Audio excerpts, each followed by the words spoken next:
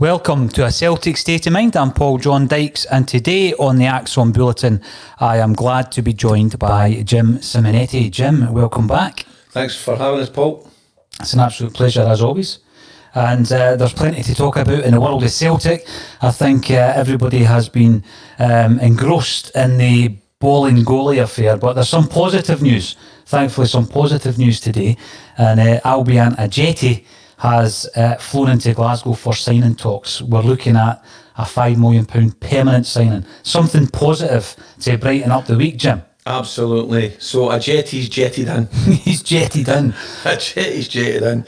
So that's good news. It is. So hopefully that will all come and be concluded today, and let some get in about the other players and see the set up at Lennoxtown and obviously round about Celtic Park. So that's great. It's great. That's great. It's fantastic, Jim. I mean, we are streaming live today on YouTube, Twitter and Facebook, as we always do with the Axon Bulletin. Feel free to get involved and comment, ask questions, and, on anything Celtic related. There's plenty to discuss.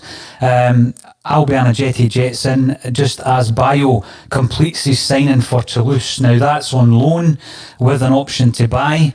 I'm guessing that Ajeti is not a replacement for Bayo, because Bayo was, I would say, fourth choice striker. Yeah. But he's certainly going to give players like Edouard, Griffiths and Klamala something to think about, Jim. A player like Ajeti's not coming in to be a third or second striker. He's coming in as a player that will hopefully want to go in, and he's knocking on the manager's door. I'm your main striker. I want to become the main striker here. And that's the kind of attitude that we're looking for as a club, and for the supporters. They'll love it as well. Well, you'll be looking at the situation. Celtic are, at the moment, as far as we know, we're 2 men down.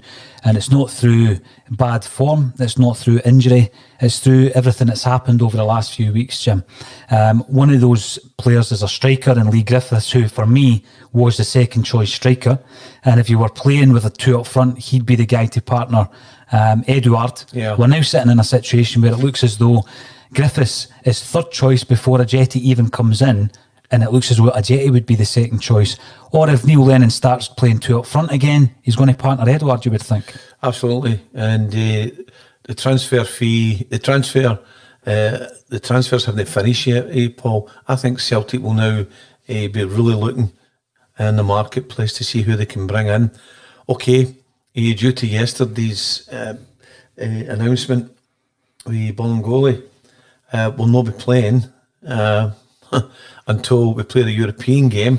So that might give us a wee bit of time to look at things and look at other players and maybe get them in over that period. We'll get on to Bolingoli. He's been the biggest news story of the week. And the issues with that now is that we definitely need a left back. I mean, we're going to lose Bolingoli. I don't know how that's going to happen, because with regards to his behaviour and what's happened, there is a disciplinary process in place. It may result in him being dismissed. Yeah. First of all, you want to talk about the left back, Bolingoli? Bit of both. So let's go back a few years. Kieran Tierney wasn't in the Celtic team. With Ronnie Dyler, and due to an injury, and due to another injury, Kieran was playing in the youth game. Yeah. And he pulled him out to train with the first team, and the rest is history. Exactly. I'm not saying that can repeat itself, but maybe Celtic has just got a wee diamond in there that maybe just ready to step up to the plate and say that I'm going to get more opportunity here, the way Kieran done. And that might solve a problem, or if it is a problem, a small problem for a while until we fully address it. But Celtic will be addressing it at the moment, Paul. As we said in a previous show, they'll be addressing areas all over the field. Absolutely. I mean, the Kieran Tierney story is an incredible one, but obviously, as a youth player, there was a time where he might even have been freed, but obviously, before you knew it, he's in the first team, and the rest is history. Please let us know how the bulletin sounds today, because obviously we are continuing to observe any comments that's made, and there is one comment on Facebook saying that they're not getting any sound. Let me know if that is an issue anywhere else, because we are getting other comments coming through, and it seems as though everybody else is hearing this. So, first of all, some good positive news. Ajeti, Celtic Rab, absolutely. That's coming in via Twitter. We've also got, this is what happens with the live stream, Jim. We get instant feedback. So Celtic Rab is saying that it sounds good to me. So the Facebook user, unfortunately your name isn't shown. Check your volume on that, because we have got volume coming through. Everything is up and running at this end, and it seems to be going well for everyone else. Montrose CSC, great to hear from you guys and girls. Yeah. And it's all good at the Montrose CSC as well. East End Boys sounds echoing a bit. We are working on that. We've made quite a few changes to try and ensure that the sound is as good as possible. So we'll run through some questions, Jim, but that's an excellent point you made there. This actually may give someone an opportunity to make a name for themselves at left back, because at the moment, as far as I'm aware, Greg Taylor is all we have in that position. Is there a youngster just bubbling under the surface? Oh, I'm sure there is. I'm sure there is. There may be a midfield player as well that could drop into that position, or Celtic may have a centre back that could come over and cover for the time being as well. So I think that we'll come up with something by the time we kick off for our next game, which is a European game. Paul, is that correct? It is, and that again is another point to discuss, Jim, because I remember a couple of weeks back someone was on the podcast and they were quite confident in the fact that the only team or the only person or the only force that was going to stop Celtic from winning 10 in a row was Celtic. And we're making a pretty good job of that. So we're now moving into our next game being a Champions League qualifier. So it's not ideal in terms of preparation. When you've been maybe off for a couple of weeks, after being off for 4 months, and you're moving into that game, we're talking state of mind. That's what we always talk about. Is Neil Lennon able to get these guys prepared for that particular encounter against Reykjavik? Paul, yeah, absolutely. Neil Lennon, he'll become a better manager for this, and he'll become a better coach. There'll be no complacency. Nothing will be taken for granted, and he'll be working in the background intelligently with his backroom staff, and they'll have patience over the next 7-10 days and how they sort this out. There won't be any rash jumping in. There won't be pointing fingers at different parts of the team or the squad or the club. They'll come together again, and Neil will become better for this. Neil Lennon will become a better coach, and he'll become a better leader through what's happened since yesterday. Through the adversity. Aye. Absolutely. Stevie Mullen of St Roch's, big shout out to Stevie, who will be on the bulletin tomorrow, and he's suggesting that he thinks that means Neil Lennon doesn't fancy Klimala. Well, quite clearly, if you spend £5 million on a striker, he's not going to be sitting on the bench. It's a bit like the goalkeeper, Jim. He's going to be in the team, there or thereabouts, the second striker off Edward, or sitting on the bench if we play one up front. Aye. If you spend £5 million in a goalkeeper, I suppose he's got to start. Absolutely. Here in Scotland. So if you spend £5 million in a striker, or millions of pounds in a striker, you're looking for him to start. Oh, definitely. You would hope that under the circumstances we've lost our backup left back, Jim. They may well look to go 3 at the back again. Two up front. Well, aye. Well, which I feel is Celtic's best formation, 3-5-2 system, and you'll get your 2 wing backs coming back to defend more as well. One can be more in a defensive role when the other is attacking, covering for the midfield, coming back as well. If one of the midfielders goes forward to the left or the centre mid. But when we play the 3-5-2 system, Scott Brown, when he's playing, he's sitting. He's sitting back in case of the break comes out, the counter-attack comes out, so then it goes back to your 4 and he's covered in, and then you've got your left mid and your right mid coming back in to support as well, the defenders, and of course the wide guys. But on the 3-5-2 system, if the wide guy is caught high up the park, then it's a wee bit more work for the other midfielders and the defenders to do, and to come in and gel together, to format together. But that will happen, and that's a good shout, Paul. Go to the 3-5-2 formation, and it could alleviate some of the problems that we may have there. Absolutely. Jed Sweeney, thanks for commenting, Jed, once again via YouTube. It looks like we have our man. £10 million for 2 players looks like a statement of intent, and it is good news. I think when you're in a position where you've won 9 league titles in a row, Jim, potentially 4 trebles in a row, if you're going to bring someone in to improve that team, then it's got to be a player of that ilk. It's going to be difficult now for Celtic to bring in one of these project signings at 2 to 2.5. We've just opened the show by saying Bios went to Toulouse. Yeah. Those days are gone if you want to progress. Gone. This year, Celtic this year has got to bring these players in. No with long-term projects. It's with instant. They come in, it'll take them a wee bit of time to gel with other players, understand the formation, understand what the manager is wanting, what the instructions are from the coaching staff. Once they get a grip of that, and if they can settle in quickly, then he's away.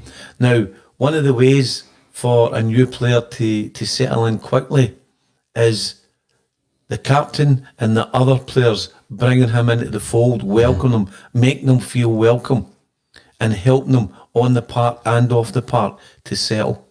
Oh, definitely, especially under these circumstances as well. Jim, it's going to be difficult for anyone moving from another country up to Scotland at the best of times, but obviously with the restrictions in place and where you're training home, game home, as Neil Lennon says, it's going to be difficult for new players coming in. Aye, and if other players come in, they've got different coming from different cultures and whatever, understanding it here, it can become difficult, but I think that now Celtic will go the extra mile to get these players in and to help make them settled faster than they've possibly done in the past.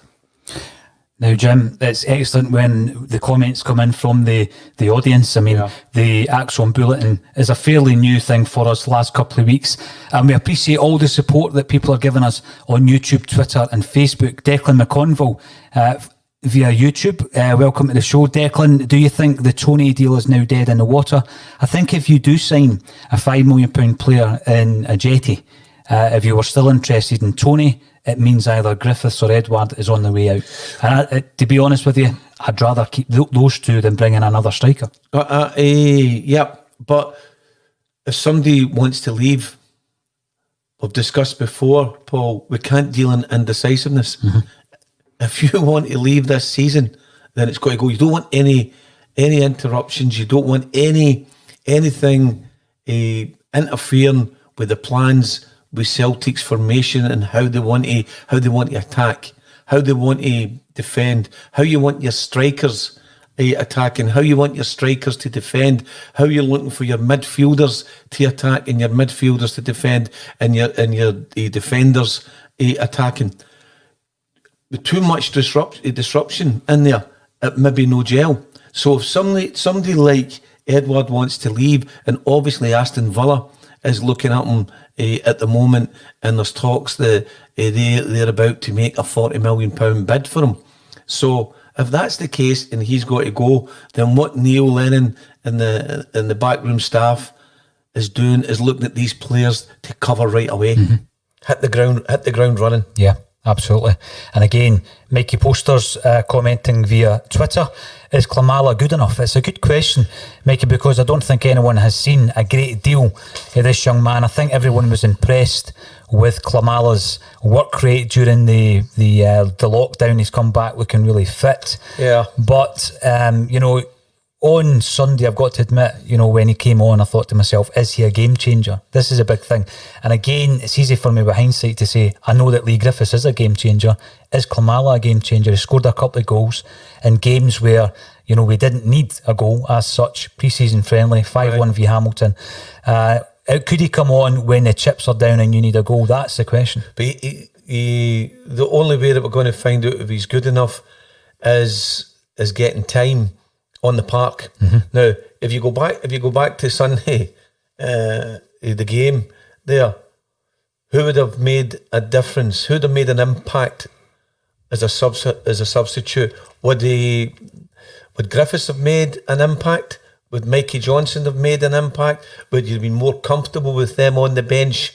Knowing they're on the bench to come on and make that impact for us. So out of all those substitutes at the weekend, 2 of them, who would have made an impact? Well, for me, the actual subs we had on Sunday was a bit of an issue because you and I were talking about Tommy Rogic, we were talking about Lee Griffiths.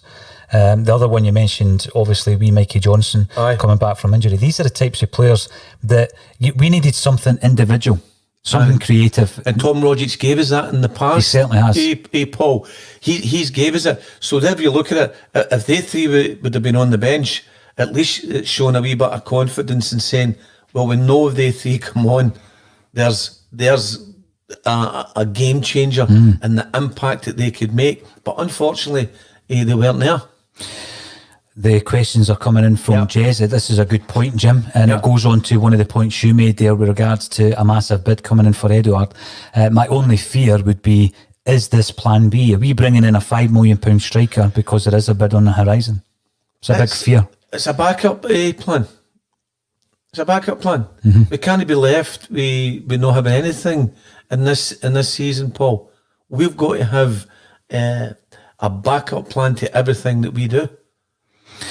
Thanks everybody for your update, and Robert Sutherland, welcome to the show via YouTube. Brilliant show, lads. Sound is good so far. Remember, obviously, that it can change depending on if you're listening through an iPhone, etc. It might be a wee bit tinny. I think it's great, Paul, that the viewers are responding and coming back to you and bringing on all these questions. And as you said the other day, it's them that make this show as well. Absolutely. And the more questions, the better.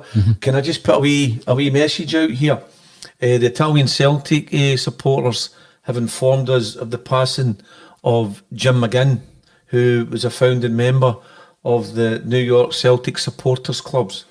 And he was also a past president for 12 years. Yeah. So our thoughts and our prayers are with Mr. McGinn's family. Condolences there, Jim. That's a great shout.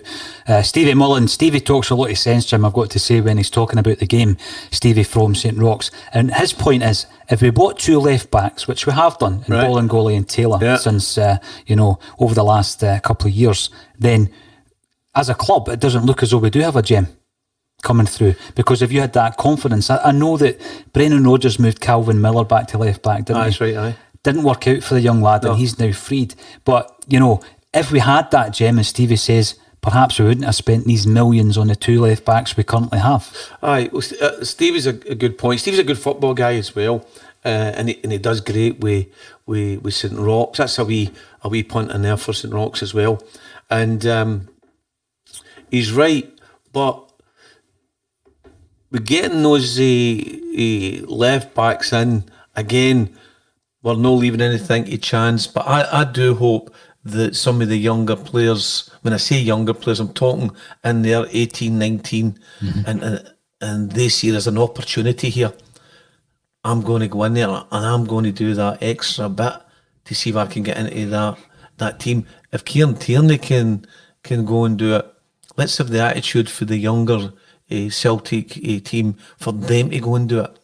Absolutely. And again, a lot of the time, Jim, when we're talking on the Celtic State of Mind bulletin, there's breaking news and our listeners advise us of that. So keep that coming as well. Stephen Healy, there's a name as well that's been linked with Celtic. McKenna from Aberdeen. Once again, he can play left back and centre half.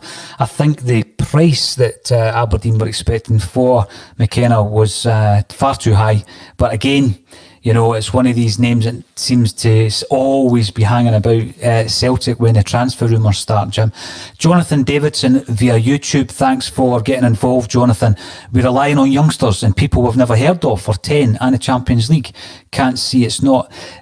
There are issues, obviously, with bringing in people that we haven't heard of. But again, Celtic scouting system, is one of these things that, had we heard of Van Dijk when we signed him, had we heard of Wanyama, No. So it's one of these things where they may not be household names because we're not really in the market of household names. Ajeti, when you buy a player like him from West Ham and you look at the performances at Basel that got him the big move to West Ham, I think that kind of level, Jim, is someone who is going to make a difference straight away to the first team. Absolutely. The Celtic scouting system will be going out looking at these players and seeing how they play and how would they fit into a Celtic system.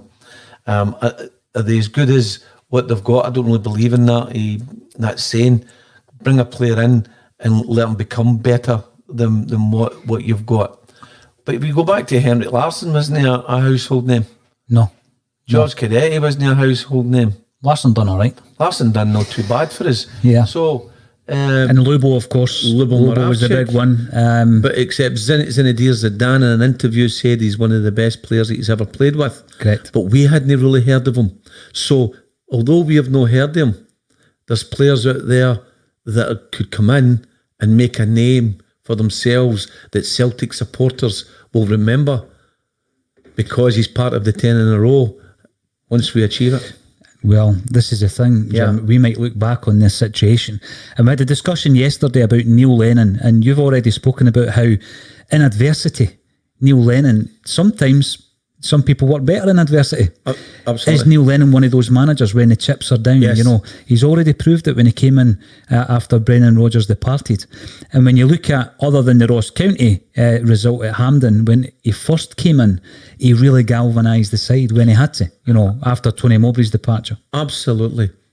Okay, we've had this incident, but a bigger incident that we've not had in many years. But let's go back to when Neil stepped in and took the mantle up. That was some pressure on the man then. Yeah. Having to complete a treble, having to complete a league, with coming in and really taking another man's team and his formation and his way of working. Neil Lennon handled that fantastically. He handled it professionally. He handled it in a calm, collective way. He had matured. When he was away. When he came back, he became even more mature.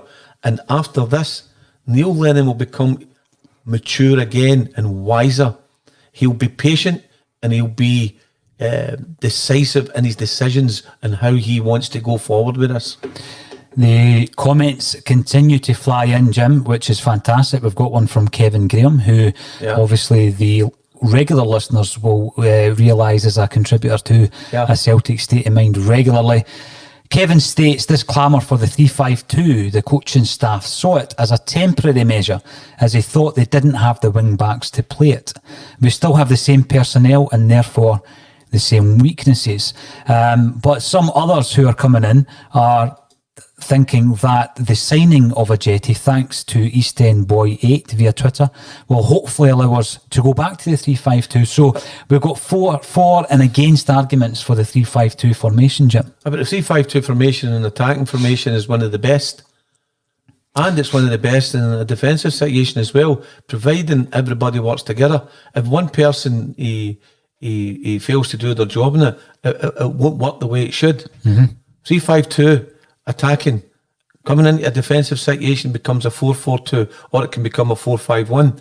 But does Neil want his strikers to defend? Does he want them to come in deep, pick up the ball, and then feed the second striker, which would be Edward? Because we know Edward is not going to become what we call the first striker, who is doing the work behind and feeding in. He's not going to do that. But I hear what Kevin's saying, but I don't totally agree with that. 3-5-2 system works, and it works for Celtic.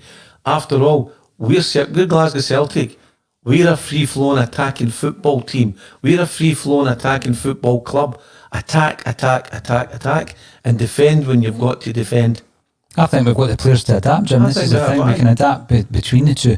Jade Sweeney, I'm going to have to ask you a question. Could we turn Paddy into a winger, power and pace? Is he talking about Paddy Klamala? Is he talking about Paddy Roberts? Because his name's getting mentioned again and people are telling us to get over the Paddy Roberts loving.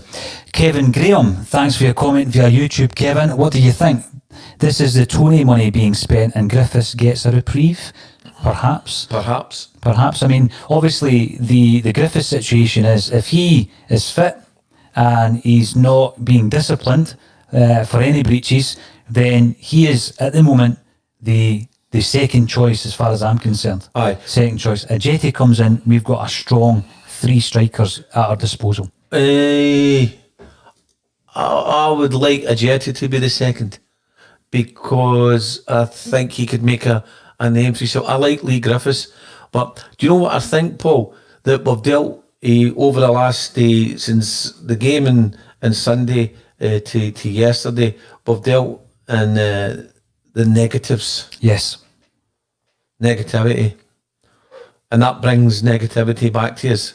So now's time to think in the positives and how we go forward.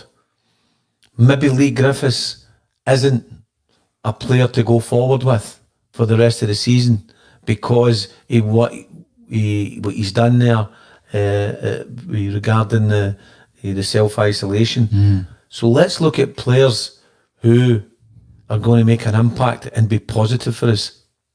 Absolutely. The Celtic Ray, welcome back. And the Celtic Ray is a fellow Celtic podcast. Yeah. Stevie Ray's been doing the that. Celtic podcast for some years, well before Axom came on the scene. So welcome to the show, Stevie. And I think Celtic need a left-sided centre-back, a genuine threat to Forrest on right wing, and dare I say another left back. These are considerations. I mean, there was a bit of debate around Johnny Hayes leaving, for example, and you think about Johnny Hayes being able to be a backup left back, to be a backup left winger, a utility player who was quite reliable under Neil Lennon, I dare say. But obviously he's gone, and it means that you've got 2 positions there that you're looking for cover. A few people have said that we need a backup to James Forrest, maybe just to push Jamesy a wee bit as well. The counter argument came in the other day from Gary Doonan to suggest that Forrest hasn't had that for a few seasons and he's played okay in the last couple of seasons. He has, but he's been consistent as he goes. But it's always good, Paul, if you've got a team and you're looking for them to be better, it's always good to have somebody sitting there that's going to be pushing them. Push. It makes them become better. It stops anybody from becoming complacent and thinking, I'm an automatic choice. So if the backup's there, then that can only be good. But who is it for Forrest at this particular time? Again, personally, I don't have an answer for that.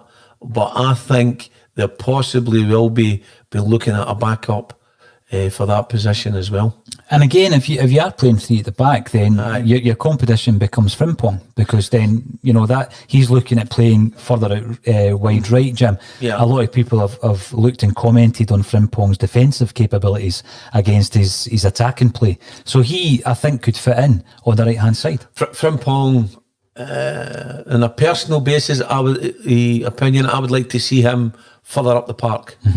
And because I think he with him being at the back, even if it's a corner kick or a set piece round about the 18-yard box, because he has height, they'll probably take him out and then push somebody back in again. So I would like to see him coming out and being more in the ball and attacking. I think so. That's where his strength is. Aye. Robert Sutherland, thanks for your comment on YouTube, Robert. Can you watch the Champions League qualifier on virtual season ticket? And is the Champions League a priority to get to the group stage, or is all our priority on just winning the 10th title? It's a dilemma. It is a dilemma. We've said a few times this week, Jim. 10 in a row is the priority. Aye, but is it a dilemma? Is it really a dilemma? Me and you, Paul, we've got our views. Me, this season, nothing matters but to progress in the league. If we progress in Europe, but if it takes our eye off the ball in here for the league, I would genuinely sacrifice everything to win the league. This is an interesting one because we spoke about it this morning, and obviously the worst case scenario would be that in our next game against Reykjavik we don't win, because obviously everything that's happened, we need a win. So then, therefore, you are progressing in Europe, you know. Listen, everybody, Paul, everybody wants to. Every footballer, every sports person, he wants to win. It would be great if we won. It's a good boost for us as well, and it shows that we can win. But getting over this one, the European game, then fine. But then back to league business. Now, by the time we get back into the league, you've got everybody's talking about, oh, this team will be 11 points clear. This team could be 9 points clear. This team could be 8 points clear. Well, they might not be. Exactly. They've still got to go out there and win the points. Exactly, Jim. Exactly. I mean, we'll need to deal with it when it happens. Celtic fans will look back on this situation like we did around about the Brendan Rodgers scenario. And I'm not comparing Brendan Rodgers to a worldwide pandemic. No. But, there was an issue there. Neil Lennon comes in, we overcame it, we won the treble. So this is something that's a challenge. Yeah. It's a big challenge, but Celtic are capable of overcoming it. Celtic's got the way. Celtic's got the willpower. Celtic's got the talent. Celtic's got the full package to come out of this and do well in the league. Celtic can do whatever they put their minds to, because they've got great positive people within the coaching staff and within the club as a whole. Absolutely, Jim. And Colin Watt joins us. Colin will be in the studio on Friday, so looking forward to that, Colin. Yeah. And he's looking at a left back and centre back and saying that they seem to be the priority now that Ajeti has signed permanently. Within, again, he's following up. You can watch the Champions League on virtual season ticket or on Premier Sports. Thanks for that update as well, Colin. A wee question from East End boy: where is Rogic?